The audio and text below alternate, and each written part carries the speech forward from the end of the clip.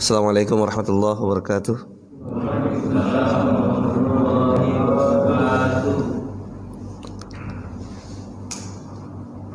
Jamaah sekalian, sebelum kita masuk ke diskusi kita terkait dengan tafsir pagi ini, kita awali dengan tilawah bersama ya. Saya dulu diikuti atau bareng biasanya? Saya dulu ya. Oke. Kalau ada Al-Qur'annya boleh dilihat, Pak. Kalau nggak ada diikuti saja. Insyaallah udah hafal sini ya. A'udzu billahi minasy syaithanir rajim. A'udzu billahi minasy syaithanir rajim. Bismillahirrahmanirrahim.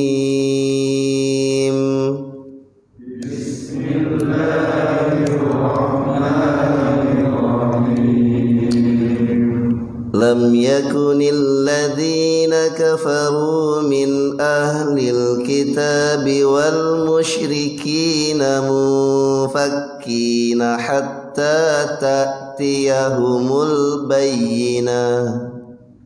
Lam yakunil ladzina kafaru min ahlil kitabi wal musyrikina munfakkina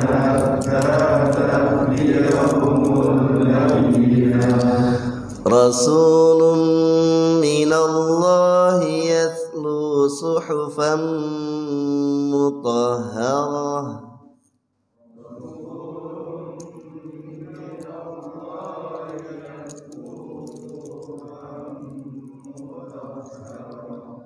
fiha kutubun qayyimah.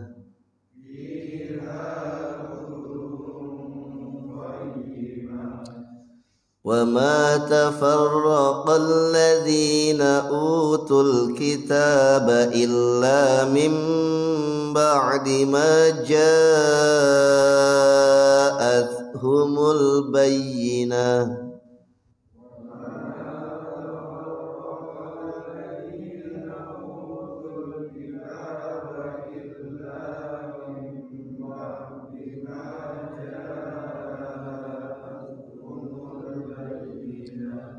وما أمروا إلا ليعبدوا الله مخلصين له الدين حنفاء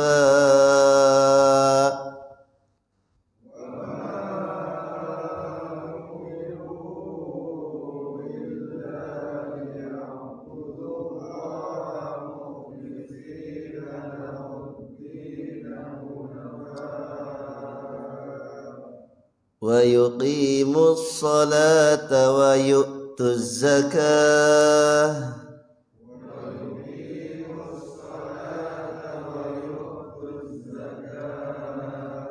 وذلك دين القيمة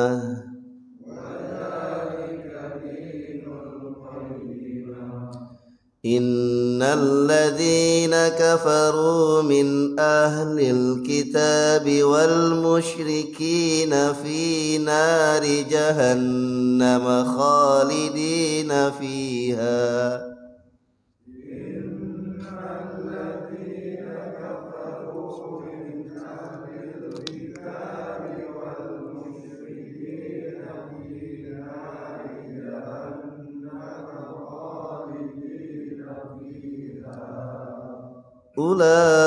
أولئك هم شر البرية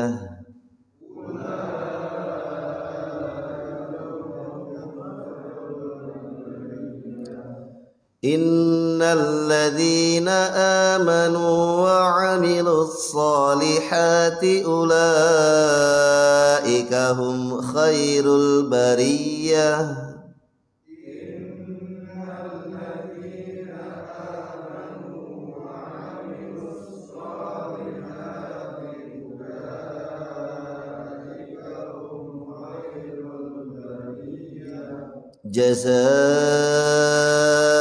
جزاؤهم عند ربهم جنات عدن عدن تجري من تحتها الأنهار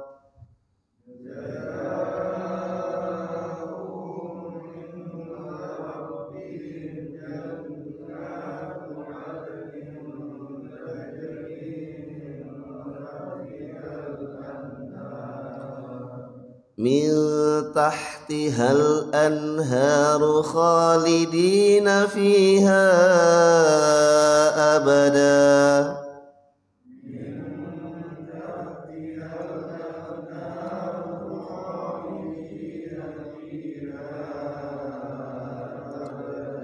رضي الله عنهم ورضوا عنه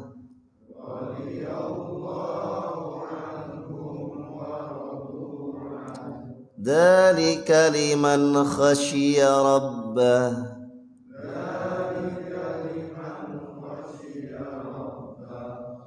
اللهم ارحمنا بالقرآن واجعله لنا إماما ونورا وهدى ورحمة اللهم ذكرنا منه ما نسينا وعلمنا منه ما جهلنا وارزقنا تلاوته آناء الليل وأطراف النهار واجعله لنا حجة يا رب العالمين آمين يا الله يا رب العالمين. Alhamdulillahirabbil alamin wa bihi nasta'inu ala umuri dunya waddin salatan wa salaman ala Rasulillah wa ala alihi wa ashabihi wa man wala wala haula wala quwwata illa billah amma ba'd. Jamaah sekalian rahimani wa rahimakumullah. Alhamdulillah di pagi hari yang berbahagia ini Allah mengizinkan kita untuk banyak banget kebaikan ya. Banyak rahmat kasih sayang Allah. Jadi kalau orang bilang itu barokah artinya bertambahnya kebaikan. Barokatun bertambahnya kebaikan. Kalau kebaikannya banyak berarti barokah. Kalau barokah. Kalau orang kita tuh barokah kadang dibilang berkah kan kayak gitu. Berkah satu. Berkah. Kebaikannya banyak karena bertambah terus. Udah datang ke masjid, udah wudu datang ke masjid, kemudian baca doa, sholat wajib, kemudian jamaah ngaji, ini kebaikannya banyak. Jadi berkah. Kalau digabung jadi barokat. Kalau bahasa orang kita nggak meribet, berkat. Jadi kalau orang kadang-kadang di tapos itu orang kalau apa itu ada tahlilan dan lain-lain itu banyak kebaikannya, pulang bawa berkat, barokat gitu ya. Nah, di antara juga kita ini termasuk orang-orang yang insya Allah dimuliakan Allah. Kenapa? Karena ada kemuliaan yang Allah berikan. Di antaranya apa ya tadi, bisa melaksanakan sebuah kebaikan itu adalah kemuliaan dari Allah. Jadi kalau ada orang, misalkan ada orang gitu ya, ada orang dikasih sebuah pekerjaan yang dengan pekerjaan tersebut dia bisa menjadi mulia. Kira-kira dia merasa mulia nggak nantinya? Ini kalau bapak saya tanya, bapak dipilih jadi presiden, dipilih loh ya, kan presiden itu pekerjaan sekaligus sebuah jabatan amanah. Bapak nanti merasa mulia nggak? Ya berat, tapi orang berebutan juga kan kayak gitu. Nah kita ini orang-orang yang dimuliakan oleh Allah Subhanahu Wa Taala insya Allah. Kenapa? Karena memang kita orang beriman. Dari sekian banyak orang Islam kita dipilih menjadi orang yang beriman saat ini dan mudah-mudahan sampai kita meninggal dunia. Kemudian jamaah sekalian rahimani wa rahimakumullah, kita akan memulai atau melanjutkan kajian tadabbur. Tadabbur ada tafsir. Kalau tadabbur itu bahasa kita kadang-kadang merenung ya, merenungi. Kalau tafsir kan menjelaskan, dari kata fassara menjelaskan, tafsir. Nah kalau Quran itu memang tidak bisa ditafsirkan oleh sembarang orang. Karena kalau sembarang orang boleh menafsirkan Al-Quran, maka nanti yang ada, maka pemaknaannya, interpretasinya itu berbeda-beda. Karena setiap orang dia akan memandang dengan pandangan-pandangan dari sudut pandang dia. Kadang kita kalau baca teks tulisan aja, kemudian saya sering menggambarkan contoh tulisan ini. Tulisannya di mana ya? Makanan ini kurang tapi enak. Tapi tulisan tanpa tanda baca, huruf kapitalnya nggak kepake, hurufnya sama semua. Tulisannya makanan ini kurang tapi enak. Itu kan tergantung yang baca. Kalau yang baca dia bilang makanan ini kurang tapi enak, dengan nada kayak gitu dia bacanya, maka nanti kesimpulannya adalah makanannya itu enak tapi porsinya kurang. Tapi kalau yang bacanya makanan ini kurang tapi enak, kira-kira apanya yang kagak enak? Rasanya, porsinya cukup atau enggak? Cukup. Jadi satu teks saja itu bisa beda tafsir, beda makna tergantung yang baca. Beda membacanya, beda kondisinya, nanti beda penafsirannya. Kalau beda penafsirannya, nanti kesimpulannya beda, sikapnya pun beda. Penyikapannya beda, maka nilainya pun akan berbeda. Nah, sekarang tuh banyak orang yang mulai mengotak-atik tafsir. Mereka bilang, ya Quran itu tetap dari Allah. Tetapi kan penafsirannya penafsiran manusia katanya. Sementara manusia itu ada salahnya, enggak pasti benernya. Allah pasti benar. Qurannya pasti benar. Tetapi tata cara ibadah yang ada di kita ini kan hasil tafsir para ulama. Ulama juga manusia, mungkin salah. Mulailah kelompok-kelompok tersebut berani mengotak-atik tafsir. Jadi kalau kita ngikutin tafsir para ulama dulu, wah Islam gak maju-maju nih. Karena zaman sudah berubah, kondisi sudah berubah. Lah ini sudah bahaya. Makanya kita kalau tafsir dianjurkan untuk merujuk kepada tafsir-tafsir yang memang sudah muktabar, yang sudah diakui. Karena banyak syarat-syaratnya. Kalau tadabur, apa tuh tadabur? Tadabur orang bilang biasanya lebih umum daripada tafsir. Ada ayat direnungin. Tetapi tadabur jangan masuk ke ranah yang hukum.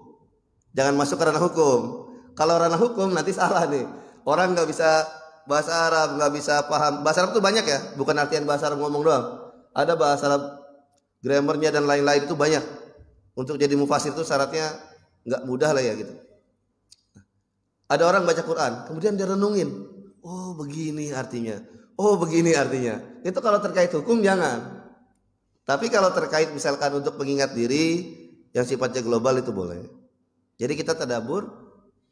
Kalau tafsir mah kita ngikuti para tafsir mufassirin sebelum kita. Nanti kita akan merenungi atau mentadaburi isi Quran. Bahkan ada orang yang mengatakan itu Quran itu untuk dihafal atau bukan. Jadi memang perintah Quran itu untuk ditadaburi jelas. Afala yatadabbarunal Quran. Jadi Quran untuk ditadabur. Tetapi di hadis lain banyak yang menganjurkan untuk menghafal Al-Quran. Jadi kalau sekarang kan lagi musim tahfidz ya. Itu tahfidz menjamur di mana-mana tuh. Jadi kemuliaan hafidz langsung gini, baru hafal 30 juz langsung jadi hafidz, dapat surga dan lain-lain. Oh semudah itu juga kan saya kadang-kadang. Ya tapi nggak apa-apa lah untuk menyemangati. Tapi kan nggak semudah itu sebenarnya. Nah jamaah sekalian, terkait dengan tadabur ini, jadi kita niatkan tadabur kita ini sedang menjalankan perintah Allah. Apa perintahnya? Mentadaburi Al-Quran. Memang Quran itu diturunkan untuk ditadaburi. Jadi kalau Quran cuman lewat doang selesai. Kalau jamaah sekalian megang Quran, kemudian dibuka. Begitu dibuka ada ayatnya enggak? Ada enggak ayat Qurannya? Ada lah. Ada huruf, ada ayat, ada surat, ada juz dan lain-lain. Ada ayat ya, sepakat ya. Kemudian kalau ada pertanyaan, ayat Allah itu ada berapa yang kita ketahui secara global? Dalam surah Al-Imran ya. A'udzubillahi minasyaitonirrajim. Inna fi khalqis samawati wal ardi wa ikhtilafil laili wan nahari la ayatin liulil albab. Sesungguhnya pada penciptaan langit dan bumi, pada pergantian siang dan malam, la ayat. Ayat itu jamak dari kata ayatun, ayat. Ayat, ada ayat. Jadi pada penciptaan langit dan bumi, pergantian siang dan malam, ternyata ada ayat. Di Quran ada ayat. Nah, secara global kita bilang ayat ada dua. Ada ayat qauli, ayat Al-Quran. Ada ayat kauni. Kauni kalau bahasa kita mah alam lah gitu ya. Kauni. Jadi ayat dua, ayat Quran, ada ayat kauni. Nah ayat itu apa? Tanda. Kalau tanda itu menunjukkan kepada dirinya atau kepada yang lain. Kalau ada tanda tuh. Misalkan kita mau kemana? Ke mana? Ke pasar ya, ke pasar. arah ke pasar ada tulisan. Pasar itu ke arah kanan 50 meter lagi misalkan. Ada tandanya. Apakah tanda itu pasar? Bukan. Tetapi dia menunjukkan kepada pasar kan? Nah, ayat Al-Quran atau ayat kauni itu kan tadi tanda. Berarti dia menunjukkan kepada dirinya atau kepada yang lain? Pada yang lain. Jadi Quran ini ingin mengarahkan kita kepada sesuatu yang lain, bukan Al-Qur'annya, karena Al-Qur'an sebagai hudan, sebagai petunjuk. Jadi kalau kita hanya fokus pada Al-Qur'an, baca, menghafal, alhamdulillah daripada enggak gitu ya. Tapi sebenarnya Quran ini mau kemana arahnya nih? Ngarahin kita kemana? Begitupun alam semesta ini mau mengarahkan kita kemana kan kayak gitu? Karena dia tanda. Tapi tandanya buat siapa? Liulil albab. Ulil albab, orang yang memiliki lub, jamak dari kata lub. Lub itu hati yang terdalam lah kayak gitu ya. Mungkin kalau kita hanura lah ya, hati nurani gitu ya. Nah, itu enggak semua orang kadang-kadang kayak gitu kan. Jadi jangan sampai kita terlalu terlena dengan tandanya, tapi tidak paham apa yang ditujunya. Jadi kalau kita menikmati tanda terus, ya ntar gak kemana-mana jadinya. Kalau Al-Quran alhamdulillah, itu kita berpikir. Nah itu tadabur. Setelah kita mentadaburi, nanti akan masuk sesuatu pengetahuan atau sebuah perasaan kepada kita yang menambah keimanan kita kepada Allah Subhanahu wa taala. Selanjutnya dilanjutkan surat Al-Bayyinah ayat 4 ya. Secara ringkas ini saya mengulang sedikit. Nah, ini sengaja slide kecil. Kalau orang tafsir tuh metodologinya beda-beda. Kadang ada yang secara bahasanya dulu per kalimat. Kemudian ada makna per kalimat tadi, baru makna secara global, baru ada makna secara detail, baru ada faidahnya apa dari surat ini. Kita ambil apa istinbatnya. Nah, kita singkat saja lah ini ya. Ini mengulangan kan karena sudah pernah ya Ustaz ya. Ini ayat keempat tapi kita ulang dari awal. Surah Al-Bayyinah. Al-Bayyinah itu artinya bukti. Bukti itu enggak mesti bukti tertulis, bisa juga argumentasi.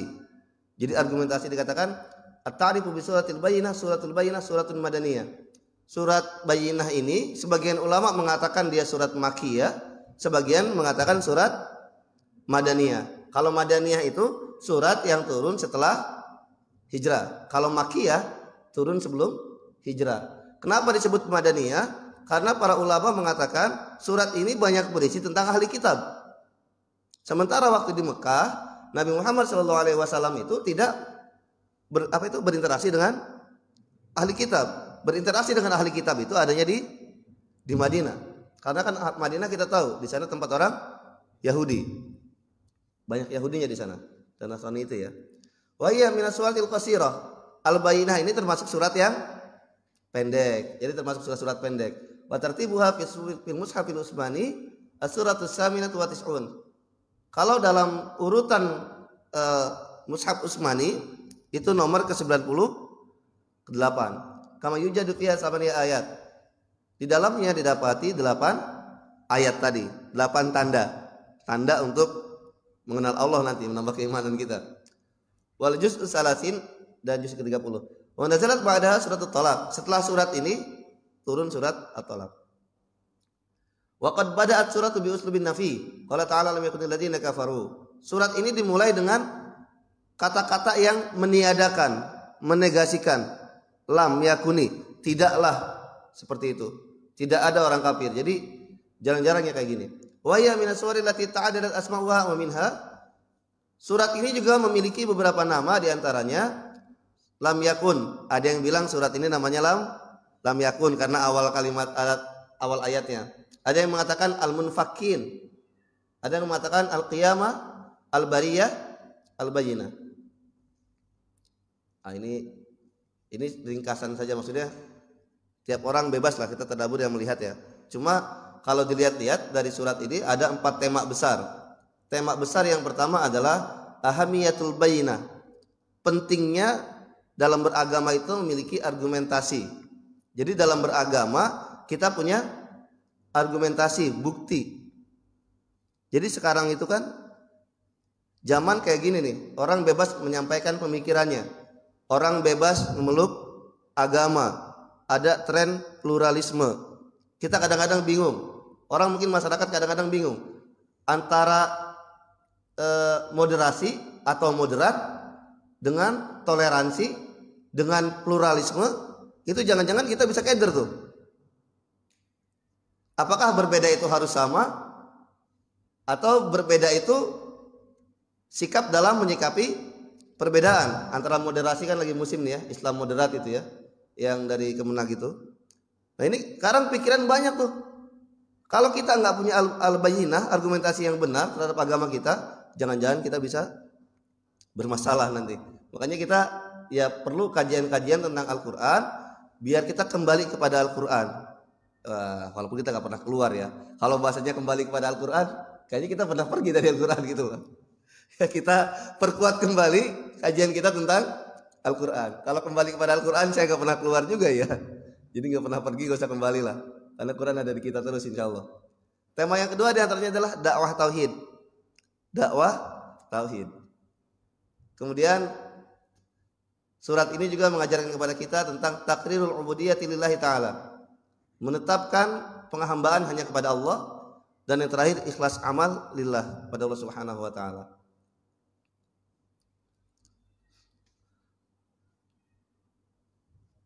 Ini sebab turunnya.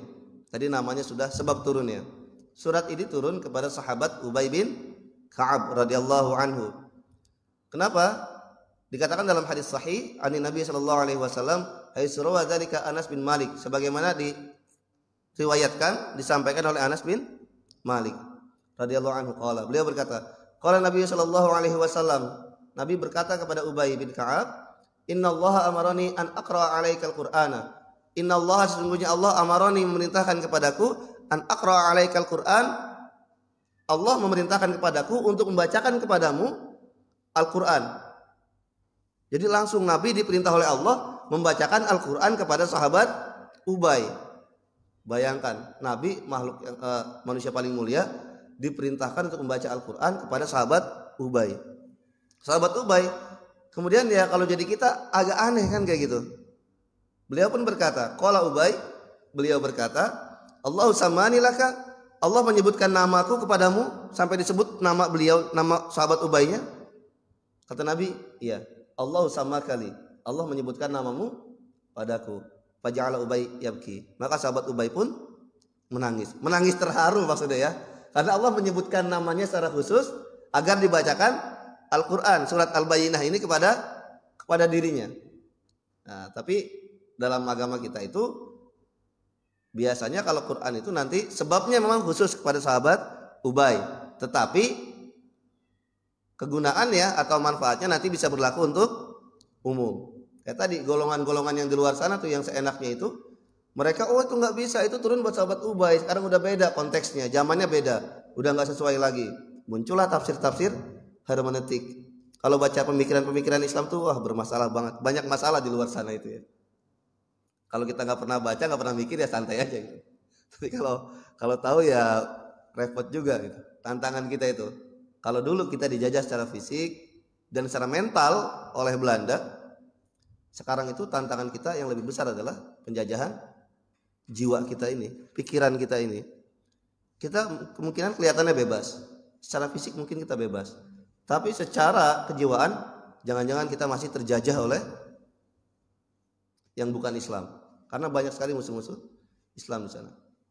Qala lahu ba'du sahabah, ketika setelah itu para sahabat berkata, "Afarihta ya Aba Munzir?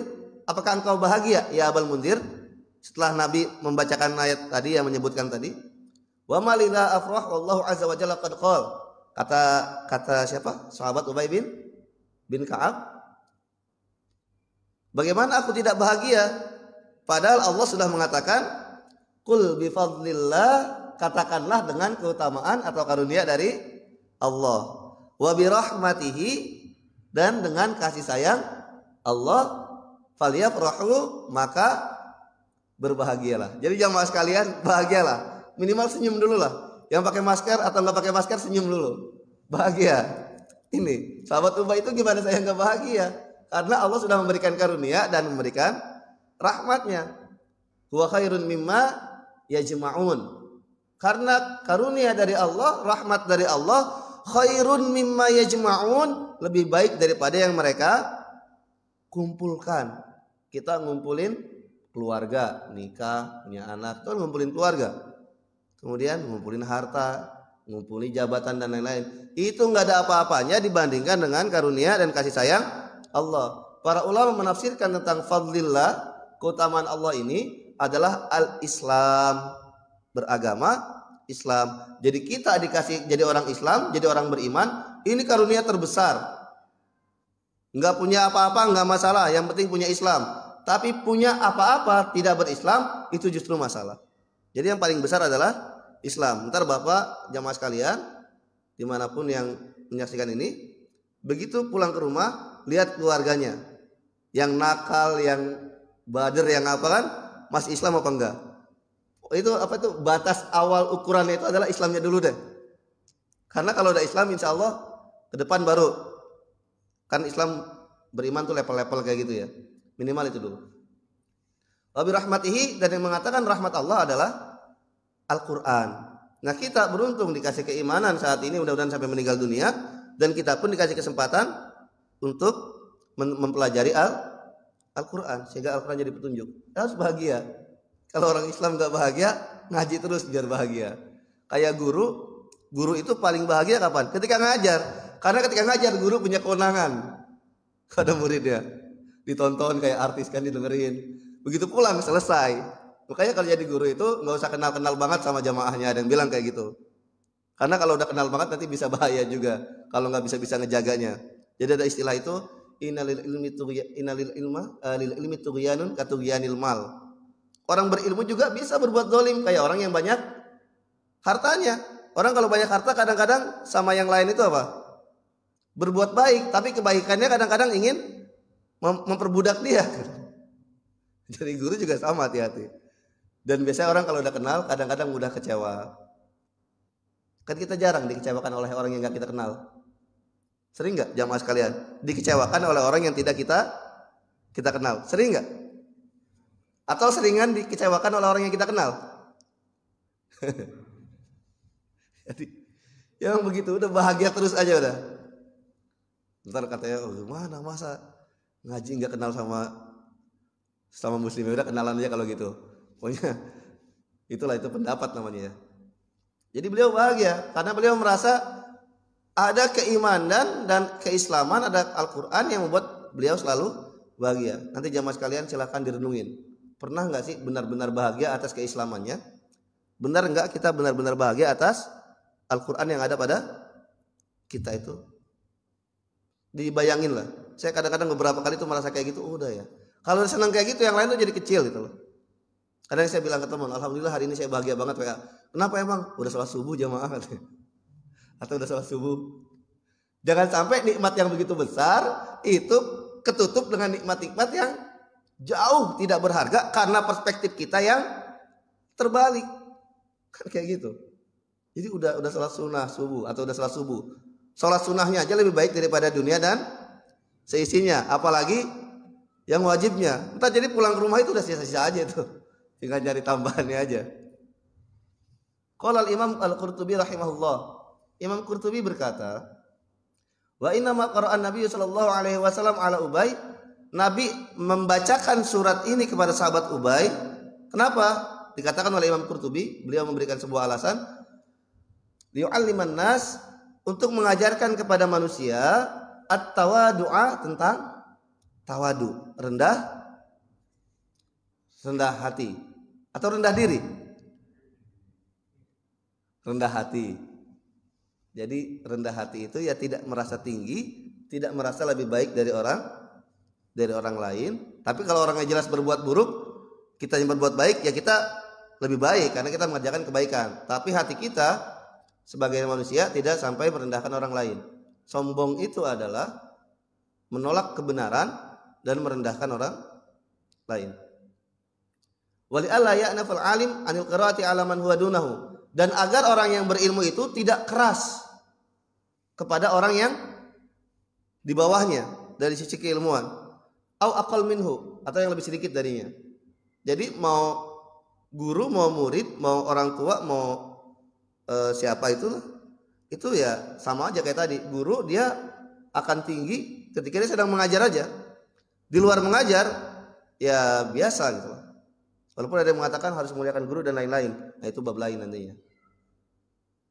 Jadi ini sababun nuzul, sebab turunnya ayat surat Al-Bayyinah. Al-Bayyinah artinya apa, Pak? Bukti. Ini saya lewat dulu. Saya mau masuk ke tafsirnya. Jadi kalau tafsir di sini itu kepanjangan. Jadi saya di ini aja deh. Di Word aja ya. Yang keempat ya. Kebaca nggak tulisannya ini? Enggak, saya turun-turun naik jadi nggak kebaca ini, Pak. Nggak kebaca. Ya. Secara ringkas ya, karena udah pernah yang pertama ayat saat itu dikatakan, jadi orang kafir itu mereka selalu berkata, kata mereka itu kami nih nggak beriman kecuali adanya bukti. Nih, jadi ini ahli kitab. Kan lam yakunil ladzina kafaru min ahlil kitabi walal musyrikin. Ini mana ayat cara bacanya dulu? Ada di sini ada cara baca nih. Oh ini tadi yang tadi, ini sudah. Oke, ini sudah. Nih. Cara bacanya dulu ya, Pak, jamaah sekalian. Min ahlil kitab. Ada kata-kata min ahlil kitab. Min li bayanil jinsi wa laysa tatab'idhi wal ma'na. Kata-kata min di sini, nih min, ini bukan bermakna sebagian, tapi untuk menjelaskan jenis secara lugawinya. Jadi bukan nanti diartikan sebagian dari ahli kitab, enggak gitu. Ini seluruh ahli kitab. Karena minnya min li bayanil jinsi, untuk menjelaskan jenis. Wal makna lam yakunil ladzina kafaru su'an kanu min ahli kitab sawa'an kanu min ahli kitab aw minal musyrikin. Ahli kitab itu kan waktu Nabi datang ke Madinah, maka manusia terbagi dua. Yang kafir itu waktu Nabi baru datang ya, belum mengajarkan Islam itu. Bismillahirrahmanirrahim. Yang pertama ahlul kitab, orang kafir ahlul kitab. Yang kedua orang kafir musyrik. Jadi ayat ini turun kepada orang-orang yang banyak orang kafir, maksudnya interaksinya saat itu. Orang kafir dari ahli kitab dan orang musyrik. Kalau yang di Mekah itu musyrik. Kalau ahli kitab nanti dijelaskan di sini. Walidzalika minal khata' wuquful ba'du 'inda qaulihi ta'ala ahlul kitab fayaqra lam yakunil ladzina kafaru min ahlil kitab fayaqif. Di antara kesalahan cara membacanya itu ketika baca Quran surat ini dia baca kayak gini. Ini yang salah ya, contoh yang salah. Lam yakunil ladzina kafaru min ahlil kitab, berhenti. Nah itu salah. Karena merusak makna nanti. Jadi lanjutkan sampai wal musyrikin kalau mau sampai situ. Jadi wal musyrikin sampai kata al musyrikin atau seterusnya. Jadi jangan dipotong di kata ahlul kitab. Siapa ahlul kitab itu? Ahlul kitab dikatakan hum al yahuda wan nasara bi'atibarin an asila dinahum kitabun samawiyun. Ahlul kitab zaman itu karena Bani Israel juga. Jadi kalau bapak-bapak sekalian dibilang Bani Israel itu, tanya Bani Israel zaman siapa gitu loh. Kalau Israel zaman pengikut Nabi Musa bagus. Tapi kalau Bani Israel setelah membangkang itu jelek.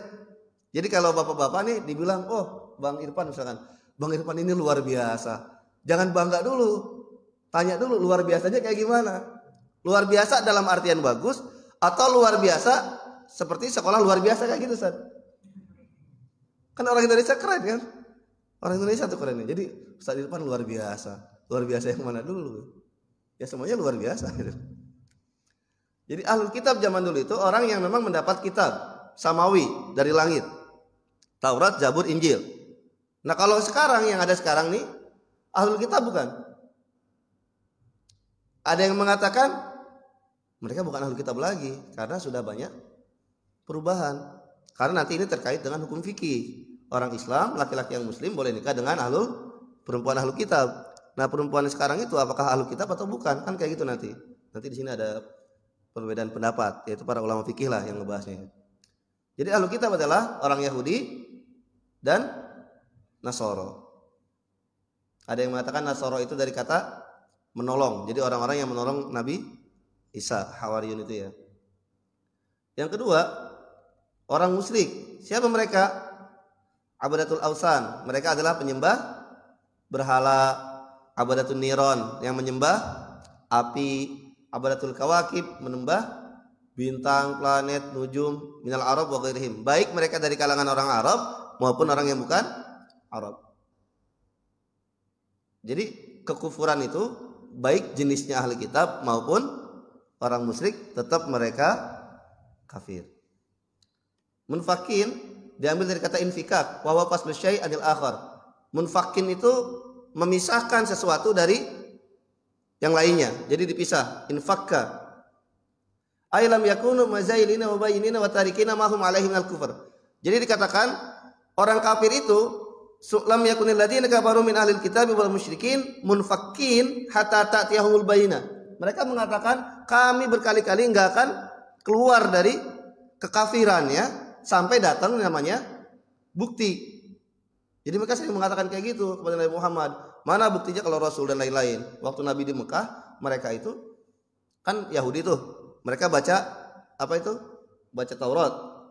Mereka mengatakan nanti Nabi terakhir lahir dari kami dan lain-lain. Mereka mengenal ciri-ciri Nabi Muhammad melebihi kenalnya mereka akan anaknya mereka sendiri. Kemudian Nabi Isa juga mengatakan akan datang Nabi terakhir namanya wa ismuhu Ahmad, min ba'di ismuhu Ahmad. Dikabarkan gitu. Wah, mereka udah hafal benar. Pokoknya kami akan beragama Islam, akan menolong Nabi tersebut kalau sudah datang. Jadi buktinya dulu. Begitu datang buktinya, Rasulun minallah yatlu suhufan mutahharah. Begitu datang buktinya seorang Rasul, mereka malah berpaling.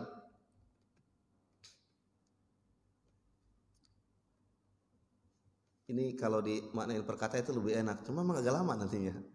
Rasulun minallah, utusan dari Allah. Wa adafa rasuluhuna ilaihi, kata-kata utusan dinisbatkan kepada lafaz Allah. Kenapa?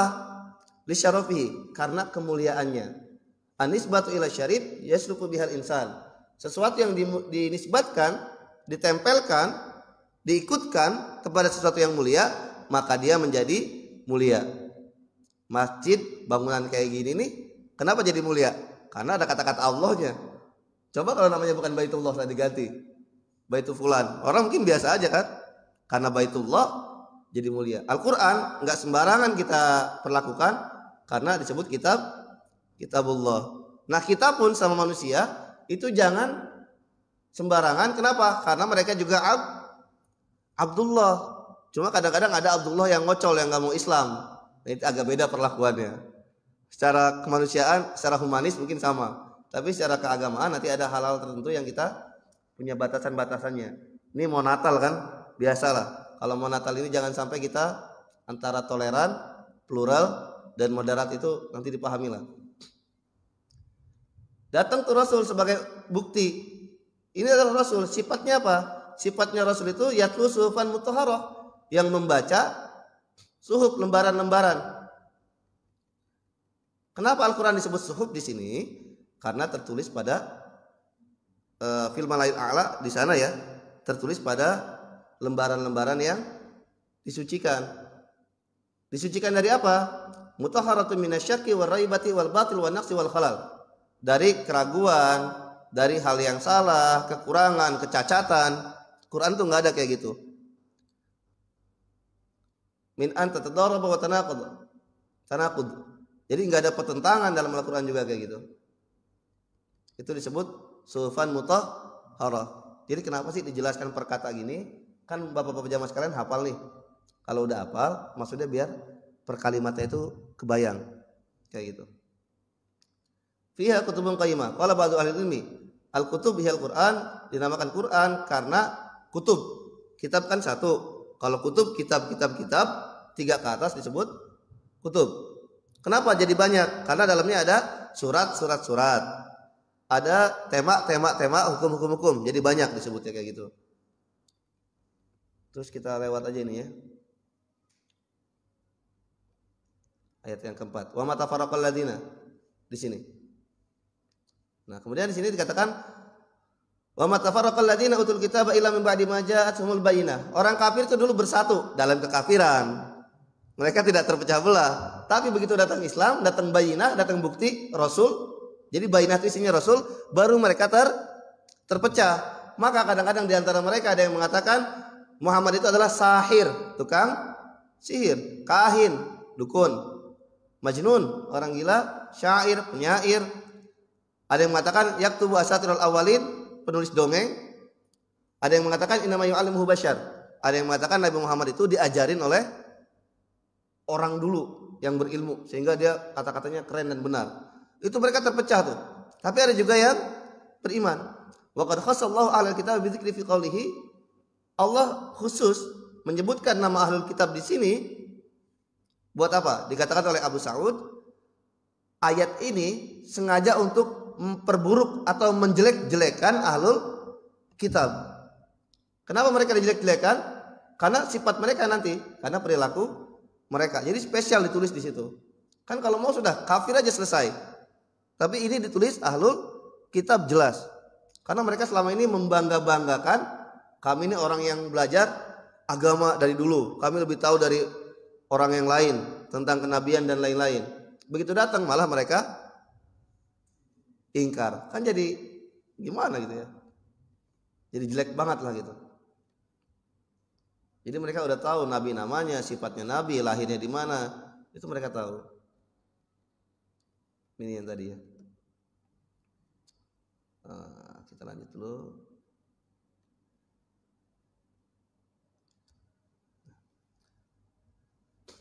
Pelajarannya buat kita. Jadi tadi, wa ma tafarraqal ladzina utul kitaba min ba'dihim illa min ba'di ma ja'atsumul bayyinah. Tidaklah orang kafir itu berpecah kecuali setelah datang bayinah kepada mereka, argumentasi. Jamaah sekalian, pelajaran bagi kita, minal masaib wa nawazil anal khair yakunu syarran ala badin nas. Ternyata pelajaran buat kita itu yang namanya kebaikan bisa jadi keburukan bagi sebagian orang. Sesuatu yang baik bisa jadi menjadi buruk bagi sebagian orang. Buat jamaah sekalian, sehat baik.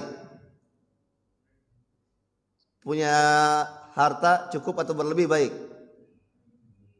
Itu kan dianggap baik kan? Punya sehat, punya waktu luang, punya harta, punya jabatan, punya pekerjaan, punya amanah. Itu sebagian orang menganggap itu adalah baik. Buktinya dikejar-kejar. Kan kayak gitu, berebutan. Tapi buat sebagian orang, kebaikan itu menjadi keburukan. Ini contoh nyatanya. Hal yang sangat baik buat sebagian orang menjadi keburukan bagi mereka. Wa annal huda yakunu aman ala akharin. Nah, umumnya kebaikan itu menjadi baik kan? Jadi umumnya kebaikan untuk menambah kebaikan. Tapi ada kebaikan malah menjadikan keburukan. Kayak tadi, sehat, rezeki, kerjaan, amanah, itu kan baik. Ketika tidak dijalankan atau digunakan dengan baik, maka itu menjadi hal yang buruk. Ini yang perlu kita ingat-ingat gitu loh. Sehingga kita nggak terlena dengan kebaikan-kebaikan tadi. Ini yang diajarkan oleh para ulama kita. Kita sedang diajarkan untuk apa itu? Perspektif kita, cara pandang kita. Kayak gitu diajarkannya. Begitupun nanti keburukan. Tidak semua keburukan itu buruk. Wa ma umiru illa liya'budullaha mukhlishina lahuddin. Tadi al-bayyinah penting ya. Contoh al-bayyinah itu di antara contoh al-bayyinah ini. Ini saya mau sampaikan sedikit nih, contoh al-bayyinah. Jadi dalam beragama itu harus jelas. Dikatakan orang yang imannya ikut-ikutan, jamaah sekalian. Yang imannya ikut-ikutan, itu nanti keimanannya diperdebatkan. Sebagian ulama bilang imannya sah, sebagian enggak. Walaupun sebagian persentasenya berbeda-beda ya. Enggak mesti sebagian itu 50%, enggak mesti. Nah, di sini dikatakan nih. Jadi dulu itu Nabi Muhammad SAW mengatakan dalam sebuah hadisnya, Nabi Yahya bin Zakaria diperintahkan untuk menyampaikan 5 kalimat oleh Allah, menyampaikan 5 kalimat. Kemudian beliau juga diperintahkan untuk menyampaikan 5 kalimat ini kepada Bani Israel agar Bani Israel mengamalkannya. Nah, Nabi Isa kan sezaman dengan Nabi Zakaria. Siti Maryam diasuh oleh Nabi Zakaria. Kemudian Nabi Zakaria punya anak namanya Nabi Nabi Yahya, Siti Maryam, Saidati. Siti itu tuh Saidati, tuan putri gitu ya. Siti Maryam, Saidati Maryam punya anak Nabi Isa. Jadi mereka ini sezaman. Sama-sama nabi yang sezaman, tapi karakternya beda-beda lah. Tugasnya sama. Di antara perkataannya adalah, jadi kemudian Nabi Yahya mengumpulkan Bani Israel, kemudian memuji Allah, dan beliau berkata,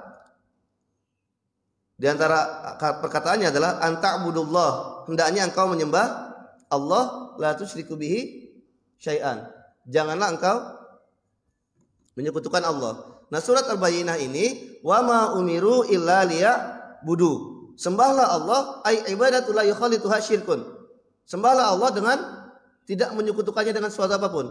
Wala riya, jangan riya. Kenapa amilin ala syirki ila tauhid, cenderunglah kepada tauhid, karena mereka sebelumnya sudah kafir.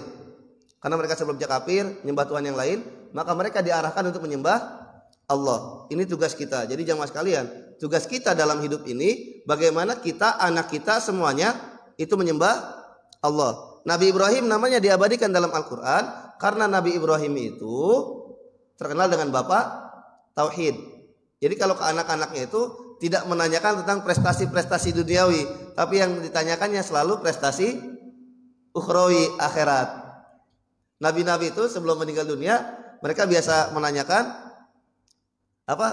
Ma ta'budu min ba'di? Ma ta'buduna min ba'di? Qalu na'budu ilahaka wa ilaha abaika Ibrahim wa Ismail wa Ishaq. Kan banyak kayak gitu. Jadi para nabi itu benar-benar ingin memastikan anaknya itu semuanya menjadi hamba Allah. Nah, kalau kita, saya kalau di sekolah dulu ya sering bilang, kita ingin anak begini, tugas besar kita begini, tapi keseharian kita yang kita omongin, sikap kita benar nggak mengarah ke sana. Jadi jamaah sekalian gini, bisa saja kita di mulut kamu ke kanan ya, tapi perilaku kita itu benar-benar mengarah ke B, ke kiri. Jadi mungkin kalau kita menyuruh anak ke kanan, tapi ketika ngomong ke kanan kita ini ekspresinya biasa aja. Tapi kalau udah bicara tentang B, ke kiri, itu ekspresi kita semangat dan lain-lain. Kan terkelihatan sama anak atau sama keluarga. Kita pengen anak ke akhirat, tapi ketika ngomongin akhirat biasa-biasa aja gitu loh. Tapi kalau udah ngomongin dunia, tertariknya kayak gimana? Kan kelihatan nanti. Bahasa lisan kita akan kalah dengan bahasa tubuh, kan kayak gitu. Jadi apresiasi keimanan keluarga kita. Kalau udah sholat diapresiasi. Pakai duit ya nggak apa-apa. Anak kecil taunya duit, mainan, permen, kan masih kecil. Kalau udah gedean dikit udah bisa mikir, udah daya tangkapnya, udah nalarnya udah bagus, baru tentang yang fisis gitu, yang metafisik kayak gitu. Jadi surat Bayyinah ini mengajarkan kita tentang ketauhidan. Tauhid itu penting. Kemudian Hanifah. Apa itu Hanifah? Hunafa adalah agama yang lurus, Islam. Landasannya tauhid, la ilaha illallah. Jadi Islam itu agama yang lurus, tidak menyembah ahbaran wala ruhbanan. Kita tidak menyembah tokoh-tokoh agama, berbeda dengan Yahudi dan Nasrani, karena mereka mah ada istilah wakil Tuhan di bumi. Lah kalau kita, siapa wakil Tuhan di bumi? Ada nggak sekarang? Ini jamaah sekalian, Ustadz itu manusia, DKM manusia, ulama juga manusia. Tapi mereka bukan wakil Allah di bumi. Mereka adalah orang-orang yang mengajak kepada Allah, tapi tidak menjadi wakil Allah. Paham? Jadi tugas untuk menjayakan agama kita ini tugas kita bersama. Karena kalau ada wakil Allah nanti diwakilin aja lah. Udah ente aja yang ini. Kan nggak kayak gitu. Jadi jamaah sekalian, gini. Tugas menjaga agama ini secara sebenarnya agama kita sudah dijaga oleh Allah. Maka muncullah ungkapan Islam nggak perlu dijaga. Secara hakikat kayak gitu. Tetapi kita ini ingin terlibat berkontribusi dalam menjaga Islam. Maka kita Islam perlu dijaga. Tapi bukan penjagaan secara hakikat. Paham? Bukan penjagaan secara hakikat di sini. Menyembah Allah ini. Nah, masing-masing orang itu dia ingin menjaga agama, tetapi dia tidak mewakili sebagai penjaga agama di bumi. Beda dengan orang dulu. Jadi nanti jamaah sekalian mau ngikutin mau enggak, ya itu bebas. Kan semuanya kayak gitu. Karena kalau Islam dibebankan kepada satu kelompok, kelompok kami yang paling benar, ini yang paling benar, itu masalah. Masing-masing kelompok itu merasa mereka ingin berkontribusi kepada Islam. Kalau masing-masing kelompok itu atau masing-masing orang itu ingin menjaga Islam, memberi kontribusi kepada Islam, ya sudah. Masing-masing dengan caranya, masing-masing dengan relnya. Nanti di sini ada pembahasan ikhlasnya. Kemudian di sini disebutkan ayuqimus shalah wa yutuz zakah. Kenapa disebutkan salat dan zakat? Karena salat itu adalah interaksi manusia dengan Tuhan, sementara zakat interaksi manusia dengan manusia. Ini hanya lambang saja. Jadi manusia di dunia ini tetap menyembah kepada Allah, ada secara vertikal dan ada secara horizontal. Hablum minallah wa hablun minan nas. Nah ini kemudian liya'budullaha mukhlishina lahuddin. Ikhlas. Sekarang saya masuk ke sini sedikit.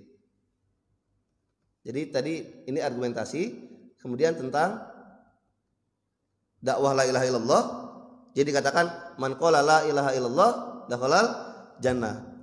Jadi kalau udah Islam masuk surga. Sampai jam berapa tadi?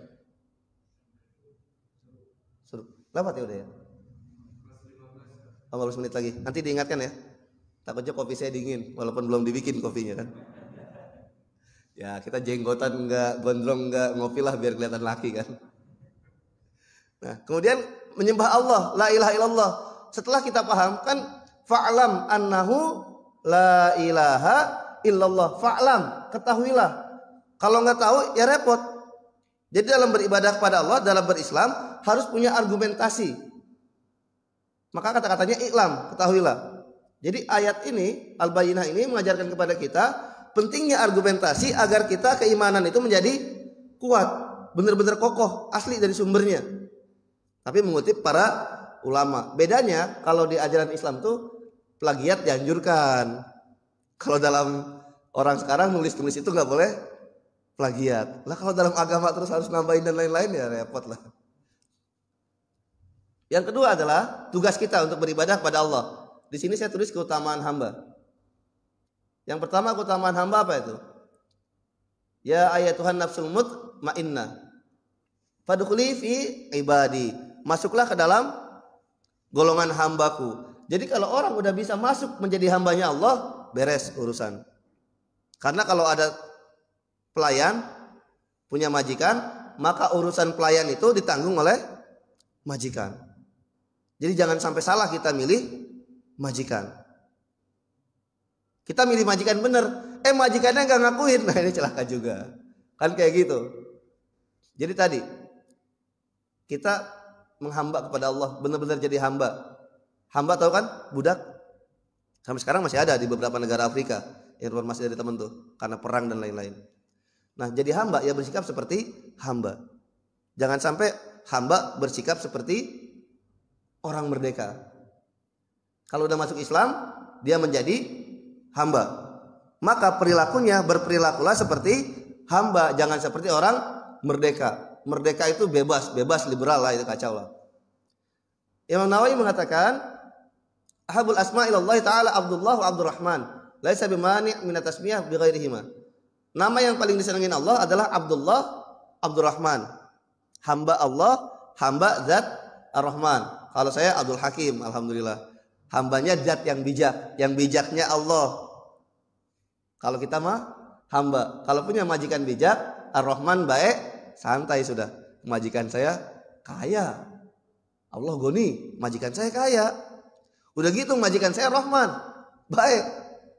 Udah gitu majikan saya alim, lebih mengetahui tentang diri saya sekarang dan yang akan datang. Majikan saya maha bijaksana. Kalau orang bijaksana nggak mungkin sembarangan kan? Jadi ya sudah santai aja. Santai dalam artian nyaman aja hidupnya. Jadi kalau di dunia nyaman, insya Allah di akhirat nyaman. Kenapa? Karena Tuhan kita sama dunia akhirat. Jadi gak usah nunggu nyaman di akhirat dulu, di dunia susah itu. Paham jemaah sekalian? Inilah ilaha illallah. Bahkan Sayyidina Ali mengatakan dalam syairnya, saya senang banget syair ini. Murid-murid saya biasa saya sampaikan kayak gini. Ilahi kafani izzan antakuna li robban. Enggak baca ya? Gimana ngegedein ini ya? Udah ntar saya kasih ke Bang ini aja deh. Ilahi wahai Tuhanku, kafani izan an takuna li rabban. Cukuplah bagiku sebuah kemuliaan engkau menjadi Tuhanku. Jadi orang itu, Sayyidina Ali itu bahagia banget, bangga banget ketika Allah menjadi Tuhannya. Yang lain nggak penting. Jabatan khalifah buat beliau nggak penting. Jabatan lain-lain nggak penting. Yang paling bikin beliau merasa bahagia menjadi orang mulia karena Allah menjadi Tuhannya.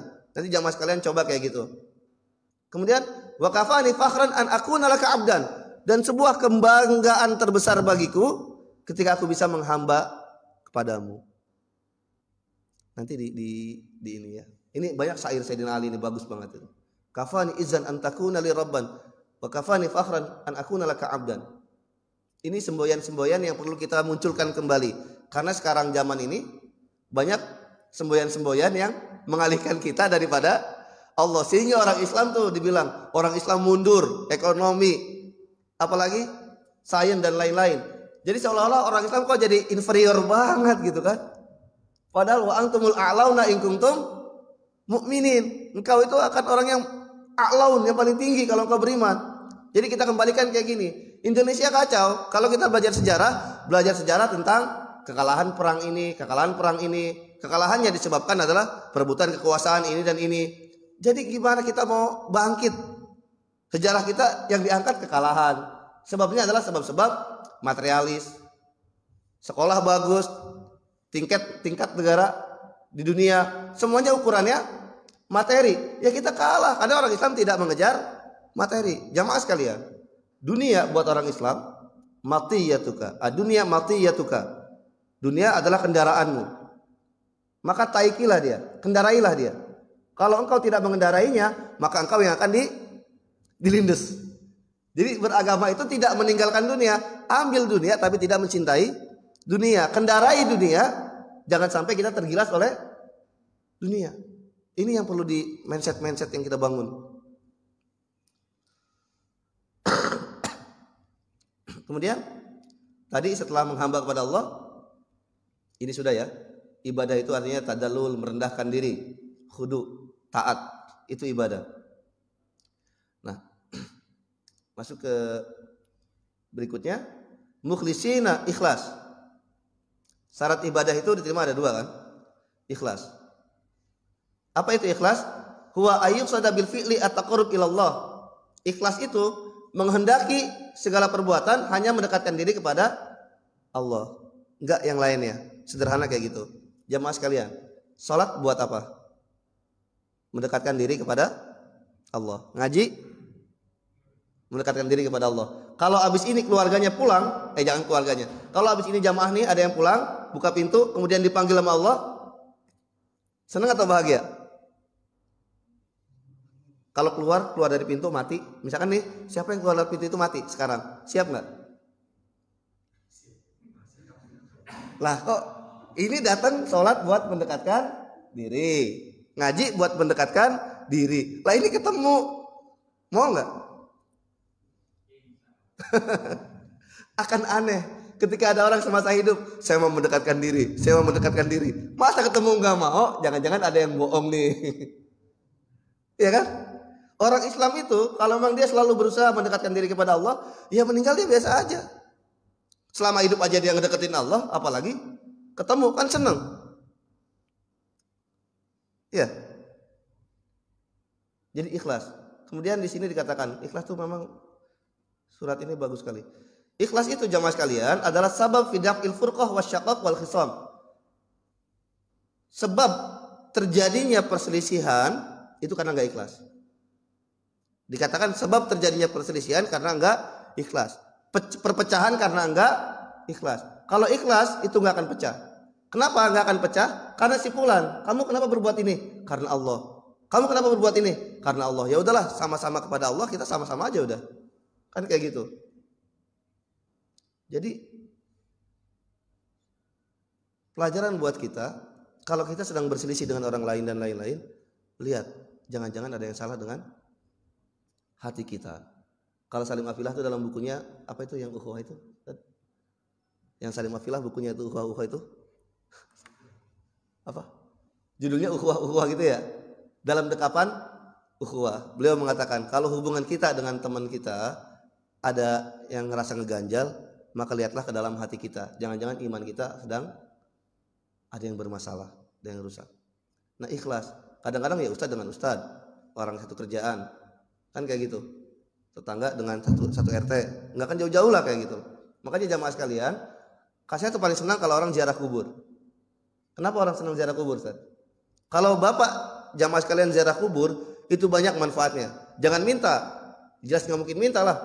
Karena dia orang kalau ziarah kubur kan nggak mungkin minta. Orang yang normal ya, yang belajar ya. Karena dia ngedoain, ya Allah ampunilah dia.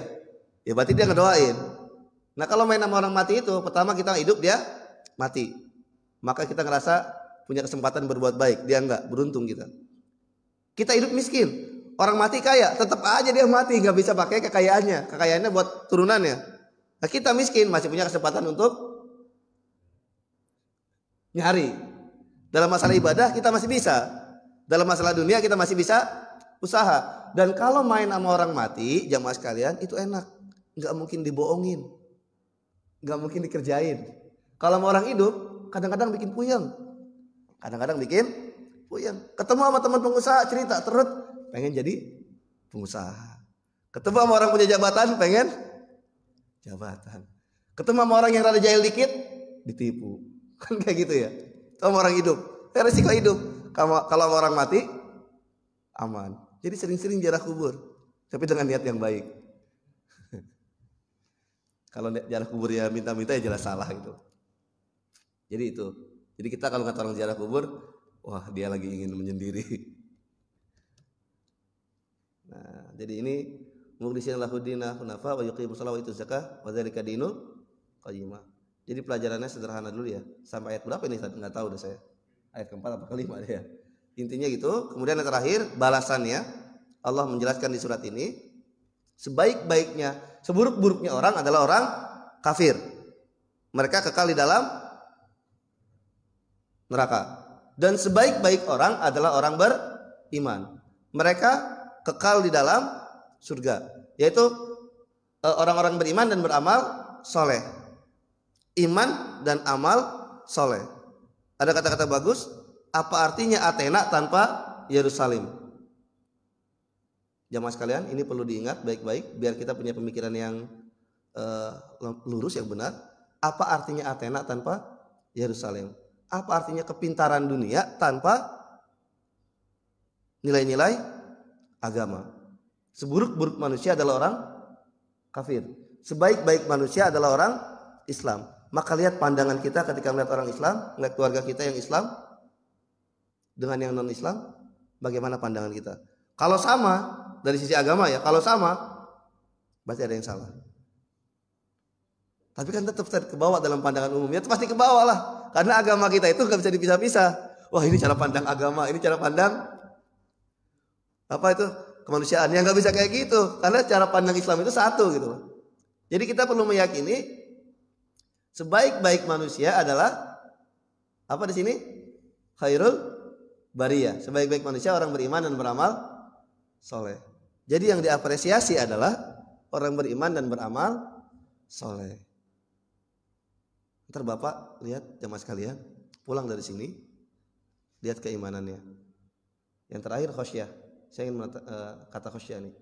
Khosyah itu apa sih? Kita sering bilang takut kepada Allah, takut kepada Allah. Nah khosyah itu di sini dikatakan khosyah itu takut tapi ada tambahan. Nih liman khosyah robah.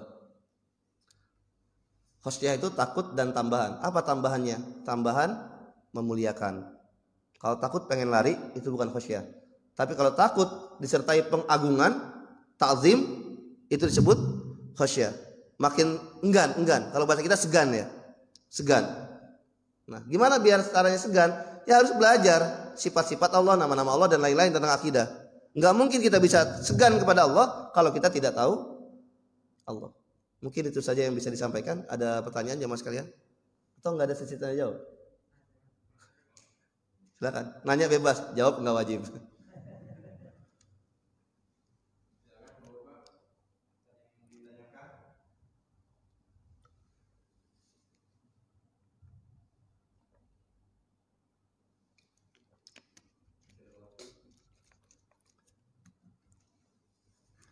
Insya Allah nih orang-orang di sini tuh pinter-pinter karena nggak bawa catatan, jadi sudah pede kalau ininya sudah. Hah? Saya sengaja pakai bahasa Arab saya kasih terus. Kenapa coba nyari Indonesia aja ribet?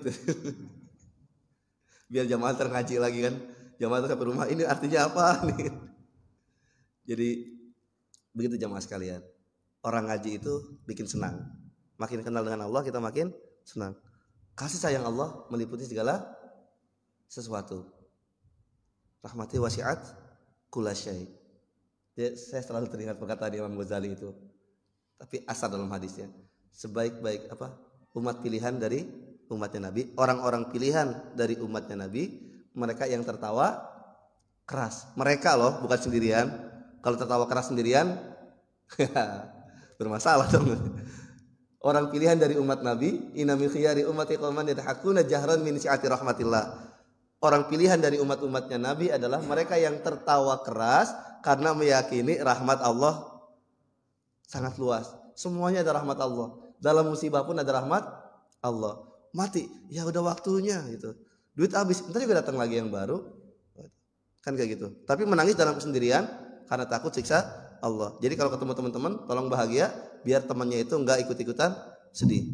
Kalau mau nangis di rumah aja. Nyempet-nyempet, bini lah terserah sama anak lah gitu. Jadi kelihatannya nggak punya masalah. Jadi orang Islam kok bahagia terus? Iya dong, Tuhan saya baik. Saya kemarin waktu ditanya kayak gitu. Nanti kamu meninggalkan keluarga gimana? Begini-begini. Nanti keluarga dengan siapa?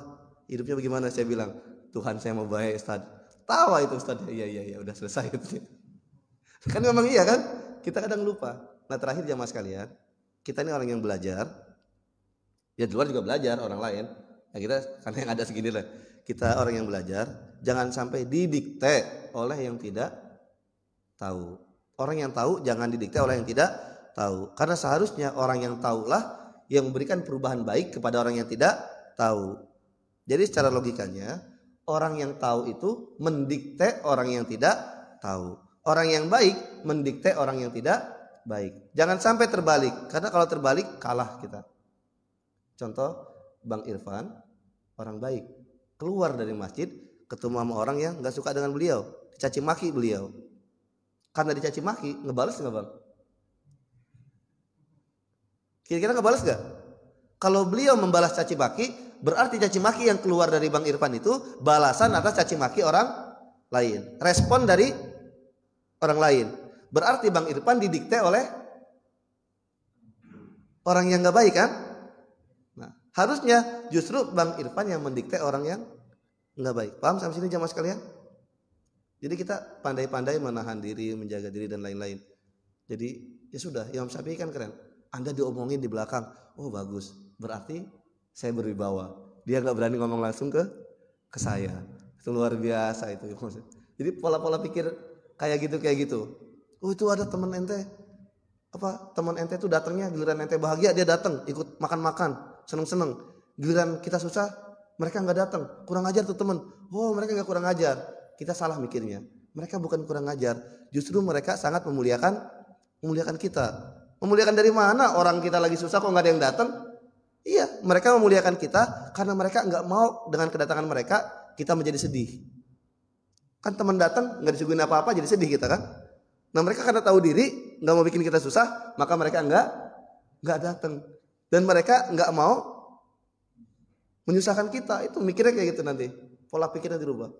Wah pahlawan tanpa tanda jasa. Waktu kampanye saya yang dukung-dukung, udah jadi saya nggak disebut-sebut. Misalkan kayak gitu. Justru yang nggak mendukung malah dapat jabatan. Kadang orang kayak gitu. Wah kurang ajar tuh. Susah saya bantuin. Giliran udah jadi saya ditinggalin. Nah ini pandangan yang salah. Kalau orang yang berjuang tanpa tanda jasa, ya memang pahlawan jadi disebut pahlawan karena tanpa jasa. Kalau dikasih jasa ya udah nggak pahlawan lagi namanya. Ya enggak? Karyawan. Nah itu.